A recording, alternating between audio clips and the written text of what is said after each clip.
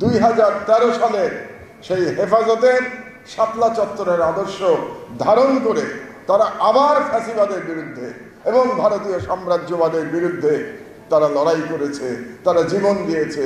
জীবন দিয়ে তারা বাংলাদেশকে স্বাধীন করেছে, ফ্যাসিবাদ মুক্ত করেছে, শেখ হাসিনাকে পলায়ন করতে বাধ্য করেছে এবং ভারতীয় হেজিমনিকে তারা পরাজিত করেছে। পার্থক্যটা হচ্ছে 2024-এর বিপ্লবে আমরা দেখতে পেয়েছি দেশপ্রেমের সাথে ধর্মের প্রতি প্রেম এবং ইসলামের প্রতি প্রেম এবং আল্লাহর প্রতি আনুগত্য তারা মিশে গিয়েছিল।